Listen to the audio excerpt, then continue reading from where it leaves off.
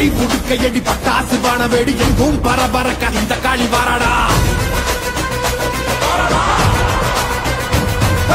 கங்கு கணக்கணக்க தண்டவன் நடுநடுங்க காரமுள்ளு ரோமக்காரி கட்டுடுச்சு வாராடா.